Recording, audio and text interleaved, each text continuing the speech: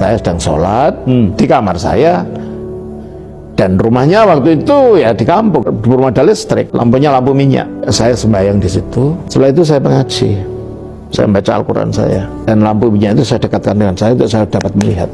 Di tengah-tengah saya membaca ini, tiba-tiba kamar saya yang temaram itu menjadi terang benderang. Saya sudah terang benderang gini, seperti ada sinar, lampu, ya lampu ya yang menerangi saya yang gitu, sangat terang. Ya. Oke. Lalu di depan saya itu ada terang lain, tapi membentuk sosok. Oh. Menyilaukan mata saya, tapi saya masih kelihatan wajahnya. Aha. Tapi ini terang gitu loh. Nah, tiba-tiba saya kayak merasa lumpuh, tangan saya, kaki saya, semuanya saya merasa lumpuh, tidak bisa berbuat apa-apa. Tapi saya masih sadar gitu loh, bukan saya pingsan. Dalam hati saya bertanya, Anda ini siapa? Nggak terucap ya? Enggak bisa. Orang tangan saya bergerak aja enggak bisa. Pukau gitu iya, ya? Hanya di dalam hati saya. Iya, iya. Saya ngomongnya dalam bahasa Jawa. Panjenengan menika sinten? Anda ini siapa? Saya lihat mulutnya bergerak, tapi saya tidak mendengar suara apa-apa. Tapi terasa di hati jawaban itu, aneh kan itu. Dan saya ngerti yang ngomong. Oh. Kalau bahasa Indonesianya, akulah yang selama ini kamu cari. Itu pribadi Yesus itu ya? Ya enggak tahu, tadinya saya enggak tahu siapa. Ya. Akulah yang selama ini kau cari. Kalau engkau ingin diselamatkan, ikutlah aku. Oh, kowe kepingin diselamatake nderek aku. Bahasa Jawanya. Iya. Kalau engkau ingin diselamatkan, ikut aku. Saya bingung. Jangan-jangan ini jin. Oh. Karena begini. Sebelum peristiwa ini, pada waktu SMA itu saya bertemu mantan suami dari salah satu guru SD saya.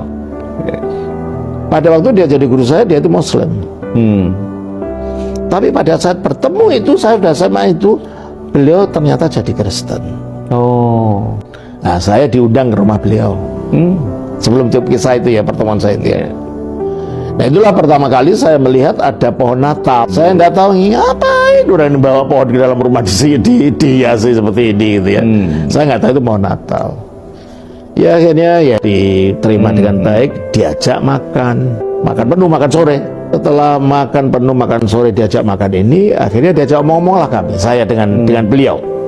Jadi ini awal perkenalan Romo dengan kekristenan. Betul.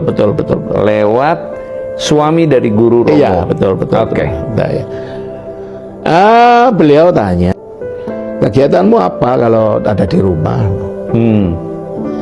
Ya, mengerjakan pekerjaan sekolah, ya sholat, ya ini, dan itu biasalah.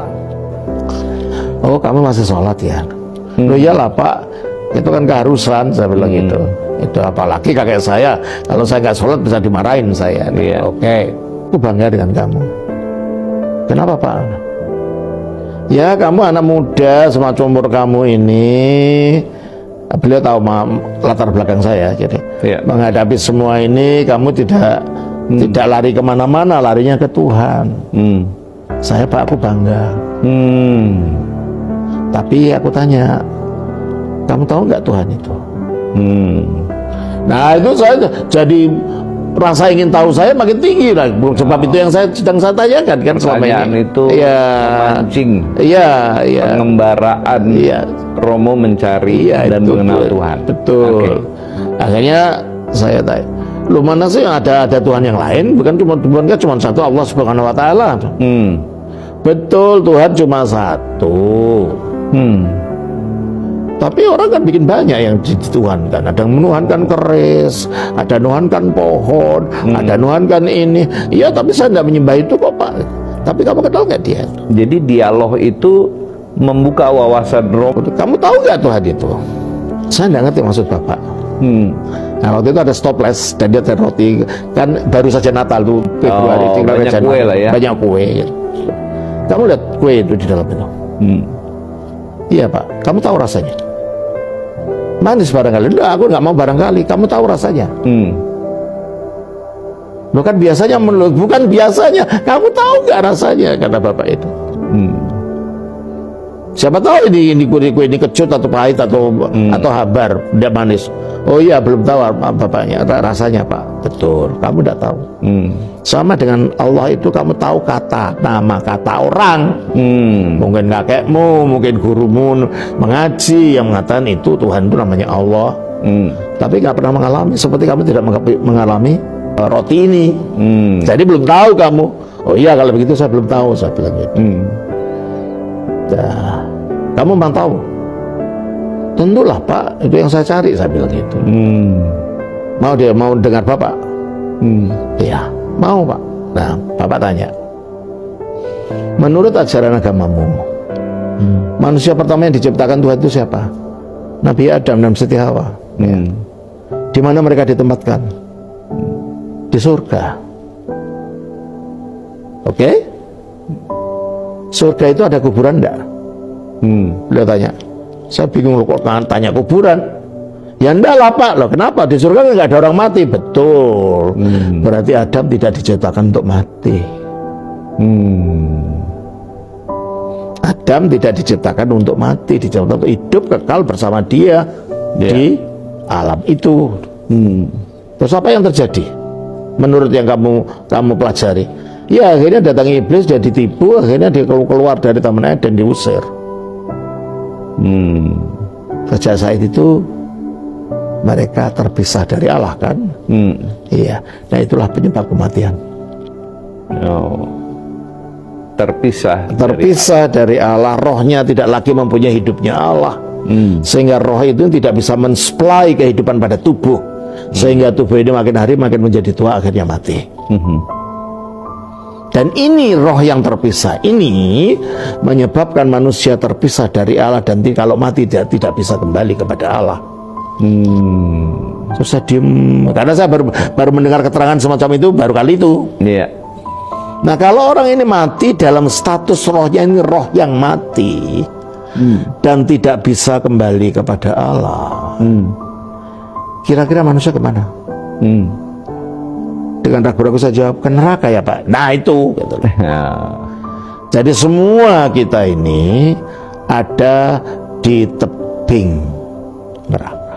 Seperti gambarannya Bapak punya anak kan, ini kecil-kecil, waktu masih kecil, paling kecil 2 tahun.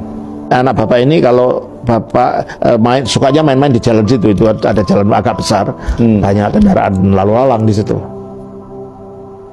Kalau Bapak ayah yang mengasihi, apakah Bapak akan membiarkan anaknya main di jalan itu supaya ditabrak beca atau tabrak sepeda motor atau apa? Ya enggak lah, Pak. Nah, apa yang bisa Bapak lakukan? Ya mungkin Bapak memanggil anaknya yang tertua untuk memanggil adiknya. Kalau dipanggil oleh kakaknya yang tertua, adiknya tidak mau kembali, anak yang nomor 2 dipanggil tidak mau kembali. Kalau dua-duanya dipanggil oleh kakak, dua-duanya tidak mau, ya apa yang Bapak lakukan? Bapak akan datang sendiri, digendong, dibawa pulang. Ya betul, begitu juga Tuhan. Kita berada di dalam tebing neraka ini. Maka Allah mengutus anak-anak saudara sulung kita secara rohani, yaitu para nabi. Nabi ini dikirim, manusia tidak mau dengar, nabi itu dikirim, tidak mau dengar, bahkan ada yang dibunuh dan lain-lain. Maka Allah seperti saya tadi, karena kasihnya, dia mendatangi sendiri anak-anaknya yang ada di yang ada di tebing jurang ini. Tapi gimana dia bisa mendatangi manusia? Kalau Allah dalam wujudnya Allah, yang tidak ada orang tahu, dia kan gaib, tidak bisa dilihat gitu. Lalu mau datang apa? Datang seperti gajah, ya tetap manusia tidak ngerti. Datang seperti macan,